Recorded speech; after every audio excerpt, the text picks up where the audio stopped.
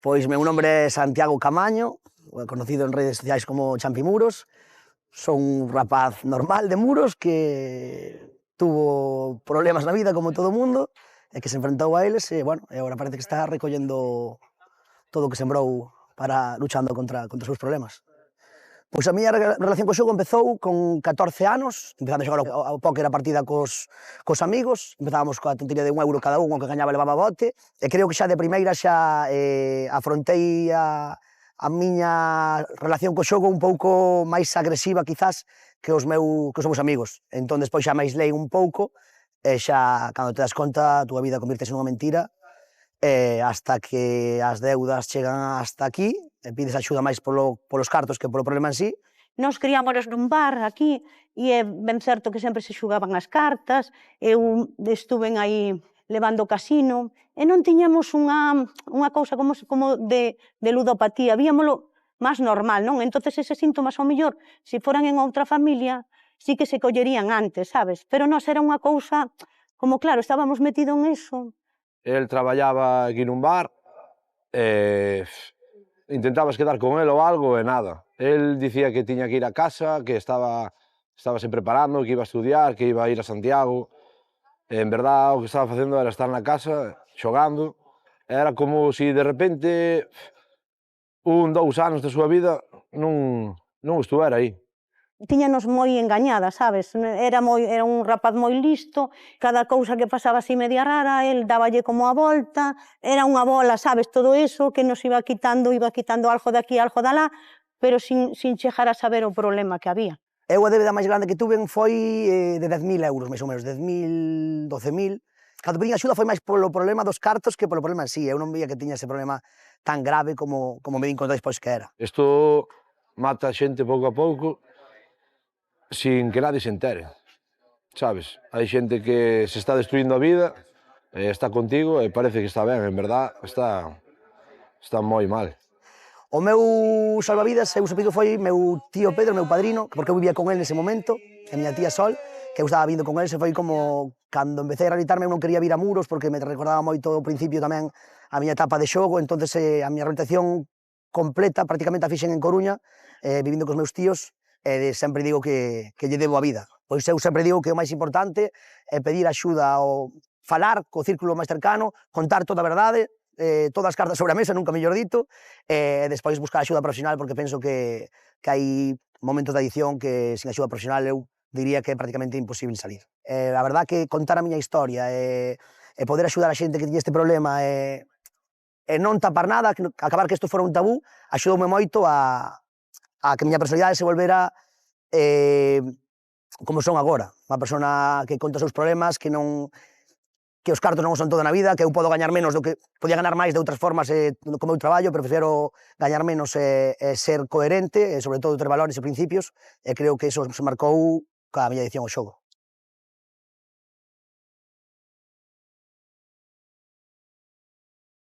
Pois sí, que aquí estamos, con Santi, con Champi. Tú cando te ves aí, cando te escoitas, como o ves agora? Como moi de pasado ou ainda tes sensación de estar aí como latente? Agora removeume bastante. Sí, porque por eso dicía, non sei cal é a tua sensación agora. Pois, non sei, eu sinto sobre todo orgullo do que son agora, pero pasei non moi mal. Eso teño moi presente todos os días. De feito, creo que parte da miña personalidade, como dixen no vídeo, está marcada por todo o malo, non? Claro, é como se é algo que te vai estar aí sempre, ainda que xa estés, non sei se di a palabra curado, non sei se non se di así, non? Rehabilitado. Rehabilitado, pero eu nin eso. Eu sempre digo agora, son un ludópata que non xoga, pero... Canto levas sin xogar? Pois agora levarei... Creo que fixo 4 anos en decembro, porque tuve unha recaída, despois de levar 3 anos ou 4 sin xogar, tuve unha recaída, e agora creo que levo... Tuve unha recaída porque para sair disto fai falta axuda ou podes sair un solo, tú sabes. Eu sempre recomendo que primeiro falar co círculo máis cercano, falar ca familia, cos amigos, ca parexa no caso, e sobre todo pedir axuda profesional. Non digo que sea imposible sin axuda profesional, pero no meu caso, polo menos, pareceríame prácticamente imposible. Claro, ti daslle moita importancia, decíalo tamén na reportaxe, a hora de pedir axuda e, sobre todo, decir toda a verdade. Claro, é que ao final Eu, cando empecé, foi como, debo isto, pero debeslle tamén a este, pero dache vergonza que o sepa a túa familia, porque tamén é amigo da familia. Entonces, esa mentira, ao pouco tempo vai aparecer outra vez de novo, porque por iso digo No, e a sempre, mellor que contar tamén, toda a verdade. si recoñeces que hai un problema ou que estás pasando por un problema, que teñas medo tamén a que non poidas continuar cos teus hábitos, coa tua propia adicción, non? Claro, ao final, isto convírteste ademais nun mentireiro profesional. Eu era un mentireiro que agora algunhas mentiras que facía eran unha barbaridade. Entón, hasta o punto que cando pides axuda, no 95% das veces é por tema económico. Tes unhas débedas que non podes solucionar e, bueno, vamos a pedir axuda a ver se me zafan. E despois, claro, hasta que ti queres por ti realmente, por iso cando me pregunta moita xente, meu fillo ten un problema, meu irmán ten un problema, miña país ten un problema, como podo axudalo? Pois é difícil, Claro, difícil. pero ti, aí está, acabas de dicirlo. Ti dá a sensación, porque dices no vídeo tamén, que pediche axuda non porque ti veras que tiñas un problema de ludopatía, sino porque ti tiñas un problema económico que te iba a afogar, que non daba salido. Non sei, a mañana nese momento cando debías os 10.000 euros e tal. Sí. E dice, é que senón, onde conseguías os cartos? Eu conseguía cartos por todos os lados, era unha pasada. E despois tamén houve que pedindo os devolvía, pedíos. Eu, fíjate, a forma como conseguín máis cartos, eu empecé a traballar en 2015 contigo no Land Rover. No, Robert, sí, estuvestes aí pachiculo. Xa pachiculo, dixen, bueno, sale na televisión, xa medio do banco. Ah, vale. Xa medio do banco, vame ingresar dentro de 20 días, unha barbaridade, que era mentira. O sea, mintindo continuamente, claro. Puxome un descuberto para que eu pudera confiar na miña palabra, e cando iba a chegar o día. Xa. De feito, eu pedín axuda un martes 13 de outubro de 2015, e fixen o último programa na Robert o miércoles 14 de outubro de 2015. Eu naquele momento non era consciente, o sea, tú naquele momento non... Eu sou, pero non despois. Despois, anos máis tarde, me enterei de... Bueno, non moito máis tarde tampouco, non? Eu realmente aí, cando eu estaba na Robert, os programas que estuve na Robert, psicológicamente estaba morto. Sí. Eu noto, eu agora cando vixo veces repetido, estaba, claro, era... Veste e reconoces no momento no que estabas. Sí, é unha pasada, porque eu era unha persona que era super extrovertida, e aí estaba como... Sufría cada vez que... Pero aquí está a dificultade deste problema da ludopatía, porque dende fora é moi difícil de detectar, moi difícil. Sí, porque físicamente non se aprecia como pode ser outras adiccións. Eu víate unha persona alegre, con ganas... É moi difícil de detectar, moi difícil. Supoño que o círculo máis próximo... E costoulle velo eles tamén, Sí. Eu actuaba moi ben nese sentido. Te faz profesional, como diste, te faz profesional. Sí, tal cual, pues era mentira, sí. Pero claro, sin embargo, escoitábamos a un amigo teu dicindo que durante 2 anos desapareciches. Pero, de todos os xeitos, preguntábamos ya antes que cando comezou a tua adicción ao xogo, cos 14 anos tes a primeira, unha partida de póker con amigos, non? Sí. Claro, pero descubres o póker online e aí xa non hai límites. Claro, o póker online, empezo con unha suplantación de identidade de miña nai xa, a lo grande, porque eu era menor de idade. E claro, eu só pensaba, se algún día gaño unha cantidad grande, digo, a miña nai malo será que se enfade. Digo, mamá, ganai 100.000 euros. Igual me berra, pero, bueno, podo quitar os 100.000 euros. Porque un faise adicto porque empeza a gañar ou podes te facer adicto ainda que non gañes?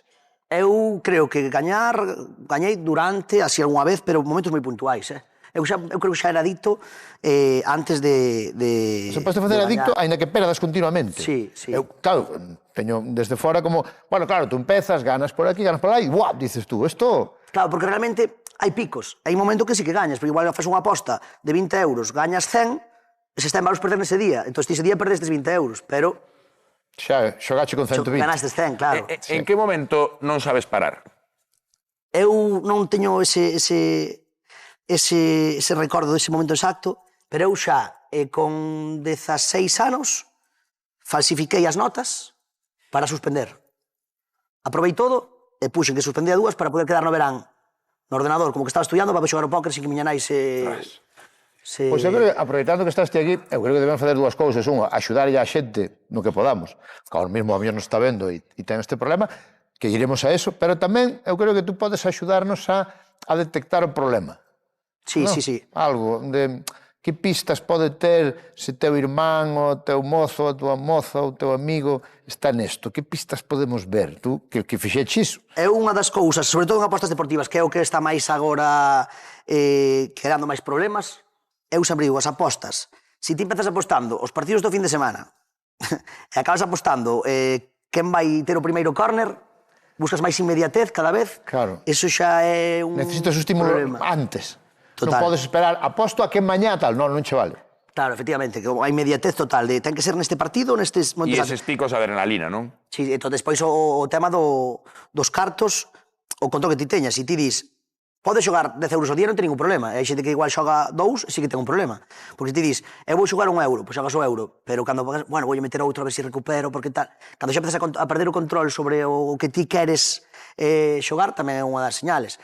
Despois, na familia, para unha terceira persona, pois eu, onde o máis notaría é eso, aíslase moito máis, está máis irascible cando lle preguntan que che pasa? Estou mal, non podo estar mal, teño un mal día, ou sempre xa buscas máis conflitos gratuitos para evadirte da tua familia. O mellor non o sei, estaba pensando, socialmente parece que sempre estivo como máis aceptada a adicción ao xogo, parece como unha adicción que é menos mala que outras adiccións. As máquinas tragaperras nos bares, agora non hai, ou hai menos, non sei, agora ainda hai nos bares.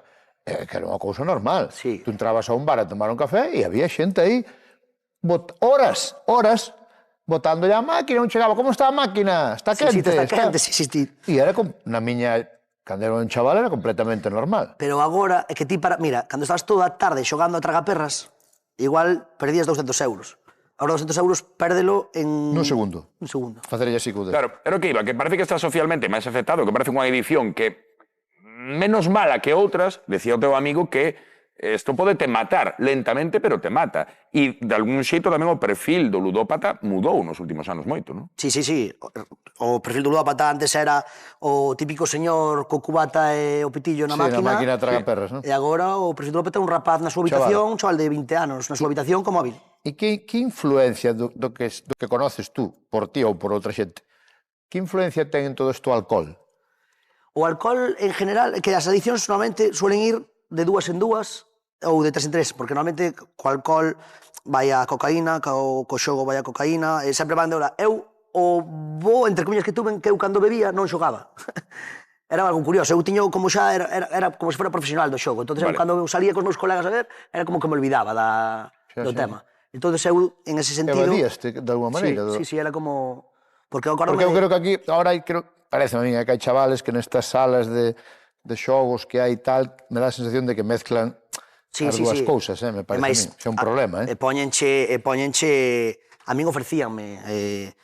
Tes unha botella aí de ron para ti, se queres pedir algo, comía o que eu quería, se quería de outro restaurante traíame a comida, ali non hai relojes, ali non hai luz, non ves se é de día, se é de noite, perdes Tú que pensas desto das casas de xogo, destas que proliferan tanto? Por todas as poblacións hai. Que son xente sin escrúpulos, digo, porque sí que ahora mismo o que fan moitas cousas que son legales, obviamente, que hai un momento, pero o legal do ético non teñe por que ir da man. Ao lado dos colexos, en barrios que a renta máis baixa, os anuncios poñenche por exemplo, a Neymar. Quen idolatra a Neymar? Un neno non idolatra. Meu abuelo non iba a xogar a tragar perras por ver Neymar, sabes? Entonces, sí que é verdad que eu sempre digo a frase que era publicidade dedicada aos menores, cando era legal. Cando era descaradamente publicada. Comentábamoslo antes, está de plena actualidade política no país veciño, en Portugal, durante esta semana no Parlamento van debatir sobre o xogo e o perigo que ten, incluso os rascas. Que se ven na rúa, que hai moita xente que colle un rasca, que, bueno, que xoga, pero podes chegar a un problema. Eu vexo problema ahora aquí, claro, que tú co móvil podes, cada vez que moves un dedo, gastar 1.000 euros. Eu outro día vi un conocido meu, que aí flipei, que estaba xogando unha tragaperras online, e cada tirada eran 200 euros. Cada vez que lle daba o clic. Dixe eu, como? E dime, cada tirada 200 euros. Claro, máis adrenalina, máis serotonina. E dixe eu, guau. Porque un que sinte, cando tú que... Claro, porque se sigues é porque che gusta, porque estás... Bueno, eres adicta, evidentemente, pero tens que sentir algo que che leve a seguir. Eu podo che dicir, para que o que non sepa o que se sinte, para que se faga unha idea. A min o feito de xogar, de entrar na sala de xogos, meterlle a ruletas, a apuestas e tal, e saber que tiña cartos para estar todo o día, aínda a día de hoxe é a mellor sensación que experimentei na miña vida. Carai. Eso o cerebro, acórdase. Carai. Para min, cando salías, era horrible. Outra vez, vou uno contar, chorar e tal, pero conseguías cartos de outra maneira e volvías para dentro. Era como un bucle destructivo que... Pero nese momento, no momento concreto... Estabas na felicidade absoluta. Absoluta. Ainda que non ganaras, perdona. Ainda que non ganaras, porque ti sempre pensabas que ibas a recuperar, e se ganabas era... Sin embargo, perdón, que estou lendo, e probablemente, non sei se foi no momento no que tocas fondo, entendo que sí, porque falamos de 4 recaídas, é dicir, de intentos por superar a adicción do xogo, e incluso pensamentos suicidas. Hai algún momento no que dis toquei fondo? Sí, sí, é un momento concreto, ademais, que eu collo o coche e digo, si perdo esta aposta, acabouse, porque xa era a cuarta recaída, xa marchara da casa de meus tíos, era o día de meu cumpleanos, ainda por riba, estaba eu solo, non había E puñelo ninguén. toda unha aposta. O sea, era como a gran aposta. Claro, pero foi curioso, porque parece que foi como unha lección que me di a mí mismo. Eu collín o coche, antes de acabar a aposta, arranquei, que foi a Lagarteixo, iba a me tirar por un barranco, frenei, rompín a aposta antes de que se acabara, non perdí nin ganara, fun ao psicólogo, a José Recouso, que é o psicólogo de Galure, entrei, desfeito, chorando como nunca chorei na miña vida, e díxome a frase que cambiou a miña vida, díxome, agora os teus ollos sí que me din que te queres recuperar, hasta agora nunca quixeste recuperarte. Claro, porque o que falamos antes, eu iba polos cartos, iba porque a miña familia estuera máis tranquila, e nese momento foi como, agora veño por min, xa non veño por ninguén máis. Estuve eu solo, xa non teño a nadie, ou recupero, ou aquí acabase todo. Tiveche que estar, entendo que toda esta adicción é moi solitaria. Sí, moito. No? Moito. Todo o sufrimento é ti solo. Ti tes unha doble vida Tú non que... compartías nunca con ninguén? No, eu non compartía con nadie. De feito, aquí teño tatuado isto que a cara que ve todo o mundo que é de risa, a de choro que é cando entraba na habitación. Non? Ti nadie sabía o que estaba pasando, non dicías a nadie. Hasta eu chegaba a xogar cos meus amigos como xogar amateur, sabes? Era como, Sí, como de mentira. como xogan eles. Como de mentira. Sí. Eles metían un euro unha aposta de 10 partidos e para min eso era... Eu metía o euro, estaba con eles, facía... marchaba para Santiago, entraba no salón de xogos e aí é onde me volvía eu. E tendo en conta que o normal é necesitar axuda para sair daqui, terapia, e a xente que non está vendo e que queira dar o paso, que se vai a topar unha vez que dé o paso, porque pode haber xente que tamén teña medo. A ver, que vai pasar comigo cando eu diga, quero axuda? Que vai suceder? O primeiro que vai suceder é que no momento que digas quero axuda e contes a túa verdad, vas te quitar un peso de 120 kilos do lombo. Pero hai que facelo de verdad, porque tú Claro. acabas de recoñecer que fixaste unha vez de mentira. Pero ainda así contalo, ainda que fora de mentira, xa contalo, xa saber que a xente sabe que algo está fallando, ainda que ti non o creas realmente, xa te quitas un peso grande de enriba. Despois, pois cos profesionales, pois tes terapias grupales, tes terapias individuales co psicólogo, ves que non eres o único que lle está pasando isto no mundo, ves que hai xente que falas con outra xente que está sufrindo o mesmo que ti, entón xente máis identificado, e despois, pois, facer caso do que che van, porque eu, ao principio, facía caso, e despois, cando xe facer caso, é cando volven as recaídas, e se están postas as pautas son por algo. Eu entendo que é difícil, que é o de sempre, non? Que haxe xente que non esteña vendo e que diga, vale, pero este chaval non controlou, eu sí que controlo, eu nunca cheguei a pasarme isto, entonces eu estou libre deso. Todo o mundo está Eso libre. mesmo dirías ti, seguramente. Sí. Eu sempre digo que non todo o mundo que xoga acaba sendo ludópata, pero todos os ludópatas xogaron algunha vez. Esa é a realidade. Obviamente non todo o mundo vai ser ludópata, pero Pero das apostas deportivas hai moita xente, está moi Todo o mundo extendido, gana. non? De que a Madrid-Barça, vou meter 10 euros a que gana... E claro... E todo o mundo gana. E Cando perde non xo din. E vemos publicidade en moitos lugares. Sí, total. Claro, o que perde non presume de perder, pero o que gaña así. Sempre gana. É importante tamén falar da plataforma Ayuco, non? Que ti estás axudando a Que consiste? moita xente. Como funciona exactamente? Ahora non estou con eles, porque eso Pero facía... tú foi onde fuche aí, Sí, non? a Galura, eu fui a Galura. Ayuco vale, era unha sí. asociación na que eu axudaba a xente con temas de microcrédito, xente que pideu a recuperar os cartos porque eran intereses abusivos e tal, Claro. pero eu fixero cun despacho de un colega que, ao final, bueno, pues, non temos tanta relación que tíamos antes, e eu eso deixeno de lado, e eu axudo máis de forma individual. Pero porque, claro, aquí hai que solucionar o problema de ludopatía, o problema de adicción, e normalmente hai que solucionar un problema económico, Efectivamente. que está aí, Que para a xente... e hai que darlle solución. Para a xente suele ser o máis grave. O problema máis grave suele ser o económico, cando realmente é unha consecuencia do problema grave, porque se ti liberas a deuda, quedas, pero sigues co problema, dentro de 2 Vai meses xerar vas ter outra outra deuda. vez. E probablemente cada vez peores, non? Claro, e ao final... Cada vez a deuda é máis grande. Ti necesitas cada vez máis para ter a mesma sensación, esa de... E as casas de apostas deixan cartos ou non? Fan cousas así como bonos de benvida, para que ti, Pero sabes... tú non che dan crédito, digamos. Danche crédito, tú podes pedir crédito para seguir xogando. nunha Pois non o sei, plataforma non. Cando eu xogaba, online. non. Non, non? Cando eu xogaba non, pero sí que agora está Sí, de digando moito benvida, de- bonos de benvida, que metes 10 euros e danche 50 Sí, para che xogar. ponen exemplos que podes gañar tanto... É que estiradas ese era unha- efecto Entendo que aí redondo. hai que ser maior de idade para xogar, non? Deste tipo de apostas deportivas online e todo eso, En non? teoría sí, pero Que faz como fixeche tú que suplantache a personalidade... ou simplemente cando che piden os datos de verdade son cando tens que quitar os cartos. Pero non che pide unha foto do DNI? Para meter, ahora cando eu xogaba non. Cando eu me metira no Poker Stars eso, Que daquela poñías nada. unhos datos ali, Poñes os de datos, mentira e listo. Pos os datos de mentira, claro, despois para cobrar sí, para cobrar xa facía falta todos os datos reais. Despois eu en salóns de xogos presenciais eu entrei sendo menor de idade. Pero non é legal. Non é legal, pero non piden documentación. Claro. Isto me chama a atención, porque a mí me dá a sensación de que están entrando xente menores, porque eu vexo pola rúa que entrar xente que... E xa non son menores. Non piden documentación en xeral, quitando bingos, casinos, eso que sí. Sí. En salóns de xogo non piden, eu son, por exemplo, o xogo de auto prohibido. Eu teño a autoexclusión do xogo. E como a mí moita xente... Como é iso? Ti, a través de, creo que a delegación do goberno, ti pides, firmas autoexclusión. Ti non podes entrar, eu non podo entrar a un casino. Teño prohibida a Tú entrada. pediche que non che deixaran entrar. Efectivamente. E nun salón de xogos? Non me piden o DNI. Non é iso. E claro, se me pediran un control de accesos, ao final, pero quen é quen lle dá os cartos a esa xente? Xa.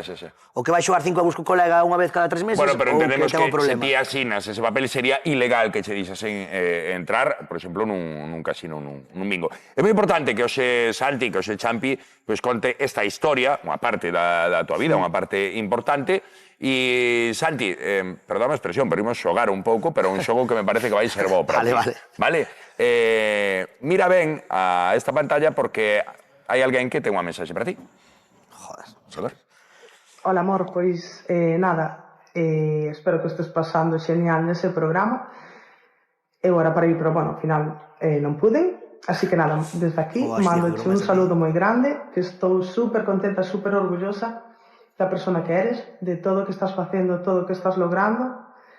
Nada, desde aquí mando-te un bico moi grande, decirche que che queremos moito e que sigas así, que non cambies. Un bico enorme. Ole. Ágata. O que lle costou gravar eso, seguro, xa se dijo. Bueno. Xa lle na cara, non? Sí, ó. Bueno, pero Sí, deuche un bo cariño aí, eh? Sí. Tamén, cara, que é importante a xente que está ao teu lado, Moi tú importante. solo non das. No, No. son o meu soporte. Eu quero dicir Agora unha cousa de Santi e de Champi, que eu creo que é importante. Eu coincidín con ele en Land Rover, creo, 2015, dixeche, non? E eu non conocía nada desta historia, entrei máis tarde. Pero o resumen é que este chaval tuvo moitos problemas co xogo, moi novo, non? Falas de 14, 15 anos. Depresión, supoño, intento de suicidio, chegou a Land Rover con rapaz Pachi, era? Sí, Pachi. Fixaron ali unha colaboración con Land Rover. Non funcionou ben, que é o normal en televisión. O normal en televisión é que as cousas non funcionan. É o normal en televisión. Ese é o normal. Este home, polo que conta, debe ter unha recaída máis vai curáchete, entre comillas, tuaches recaídas. E agora triunfa nas redes sociais co seu contido, é unha persoa que crea contido esencialmente de humor, pero de máis cousas. E está triunfando, con non sei cantos anos tes agora. Ahora 32. 32 anos. Co cal é un exemplo brutal de que con talento, porque este chaval ten moito talento, e sobre todo con determinación, que é o que ten este chaval, se consigue o que está conseguindo a hora, que vai pola rúa e o paran e lle fan fotos todos os chavales. E iso teño que felicitarte porque ten moito mérito e a mí, a verdade, que me enorgullece moito. Moitas gracias. Me alegro moito, sabes o que? Me alegro moito. Destas mensaxes de orgullo que están a emocionar no plató do Quen anda aí, tamén se falou moito da rede de apoio. Imos coa nosa compañeira Raquel Pérez porque ela topase con dúas persoas moi especiais para Santi. Raquel, con quen estás? Moi boa tarde. Eu quería facer un xogo, Juan, non sei se Santi sería quen de recoñecer esta camiseta, que é a mesma que el leva agora mesmo no plató e que é unha serie limitada, e por este número, o 060 de 250, saber quen é o que a leva posta. É meu padrino. Non o dubidou ningún momento. Sí, señor. Pois, efectivamente, estamos con Pedro, tío e padriño de Santi, e con Sol, a súa tía. Efectivamente, vos sodes esa rede de apoio, moitísima xente puido estar ao seu lado, pero vos, quizáis, nese peor momento, onde ele, ademais, tiña que pasar por esa rehabilitación, que fixo aquí, ademais, con vos, con a vosa casa, fostedes os que estabades día e noite con el. Sí, a verdad que aquí foi donde, digamos, pideu axuda de verdad. Bueno, buscamos sempre, bueno, a axuda despois profesional Que yo non sei que... Non vos quería facer chorar, que isto era bonito. A idea era emocionar un pouco a Santi, pero ao final, claro, isto é algo que vive a familia ao completo e que para vos tamén foi moi duro. Entendo que o mellor agora é ver pois, que saiu a flote e que é un crack que está dando exemplo a moitísima xente. Sí, no, por supuesto, estamos moi orgullosos dele e nada, que... Bueno, non sei, que di algo, que verdad. Es que nada, que estoy muy orgullosa de ti. Que no creí nunca que llegáramos a este estado, porque aún me acuerdo, no sé si tú te acordarás, pero que íbamos por la calle y te pedían fotos y te decían, Santi, Champi, eres Dios. Y yo decía, llévatelo para casa. Y tú te reías, pero bueno. Nada, Santi, que estoy muy orgullosa de ti, que te quiero mucho. E a vosotros. Non coñeceu a ninguén como a familia, sempre son os que máis nos queren e os que máis nos fan ter os pés na terra. Sí, a verdad que sí. Pero bueno, eso, que foi moi duro, pero que botoulle moitas ganas e supo salir de aí. E bueno, entonces eu equivoqueime tamén porque lle dicía Santi estudia, Santi traballa, e ele dicíame, eu vou vivir desto, e ao final, pois, que se engañou fun eu. Quen contaba, non, que isto dos vídeos e as redes sociais e iba a salir aquí o rapaz unha estrella. Exacto. O equivocado era eu. Ponte a traballar. Sí, no, e é verdade, é así, Exacto. E ao mellor hai xente que non está vendo que non sabe, pero este home triunfa nas redes sociais e triunfa no que fai. Eu creo que esas lágrimas que hai aí son tamén porque pasástelo mal e porque te viron mal e agora te ven ben, non? É a mezcla das dúas cousas. Sí, unha mezcla de recordos co orgullo, non? Co que pasa agora, non? Pois, de feito, non falacho antes, non? Santi, eu non sei se xa aproveitando, a eles puxémolos nun apreto. A eles fixémoslle que abriran un pouquiño o corazonciño para decirche algo bonito. Non sei se ti tamén queres aproveitar e decirlle algo a eles que estiveron aí pois neses momentos máis escuros, nesas sombras que todo o mundo temos na nosa vida. Sí, eu sempre lles digo que lle debo a vida, que ao final o momento máis oscuro cando eu cheguei a tocar o chan foron quenes me levantaron, quenes dixeron vamos a coller tolo polos cornos e vamos a sair desto. E mira, hoxe, pois, velos aquí falando do que estamos falando, que ao final é falar da historia mala, pero cun final, non é final, pero bueno, cunha felicidade que estamos vivindo agora, pois mira, pois creo que eu penso que o merezo, pero se alguén o merece que eu triunfe, son eles.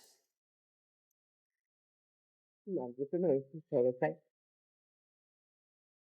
Estamos orgullosos de ti. Bueno, é difícil, non saen as palabras agora mesmo con tanta Compañeiros, emoción. a verdade, non os quero facer sufrir máis. Sei que viña de Aquí os paso. pobres, tremendo. Eu creo que o ideal xa sería deixalos a eles máis tranquilos e que en canto acabe o programa Champi que veña aquí a darlles unha aperta e moitos beixiños polo mal trago que lles estou facendo pasar. Moitas gracias aos dous. Moitas gracias, Raquel. A verdade é que a veces é como que dá un pouco de pena, pero canto máis costa conseguilo, a veces máis se disfruta tamén e máis se valora, non? A ti costouche. Moito. Costouche chegar onde estás agora, eso, creo que aínda que falando non transmito o que realmente pasamos. Valóralo máis e emocionate máis porque pasache moi mal e tuveche que insistir e tirar determinación clara, que por eso dicía antes, que é a clave. Perseguir, seguir. Sí, total, e non rendirse, que ao final podese salir, aínda que sea duro o camiño, vale moito a pena. E ahora és feliz, vives do que che gusta? Sí, teño unha familia maravillosa e aí estamos. Que siga así, a ver. Viaxes por todo o mundo, por toda España, por aí. Sí. E algo moi bonito, que se repetiu aquí, porque escoitei no vídeo, escoitei ás persoas que che queren, a túa parella, aos teus tíos tamén, a Roberto, que traballou contigo, e a ti mesmo cando empezabas esta entrevista, que é a palabra de orgullo. E algo que me parece moi bonito, porque, ao fin e ao cabo, hoxe demostraste unha vez máis que eres un valiente por lograr sair dunha adicción varias veces, por contalo, por axudar a xente e por volver contalo para decirle a xente que hai unha saída. E iso é valentía. Moitas gracias. Moitas gracias. Moitas gracias, Champi. Nada, Champi, xa pasou, Isto non. Xa pasou. Non trouxe chile unhas hamburguesas ni nada. Sempre trouxe por aí con hamburguesas. Ahora nada, ahora estou... Para baixache kilos, 12 kilos. Cuidado, E agora decides ao principio do programa que agora está regado é peor. Eso... Se pagas caso, doutor Viso... Son médicos non hai que facerlle moito caso. Olvida. Estaba atento, doutor Viso, a historia de Champi. Moitas grazas. Gracias a ti.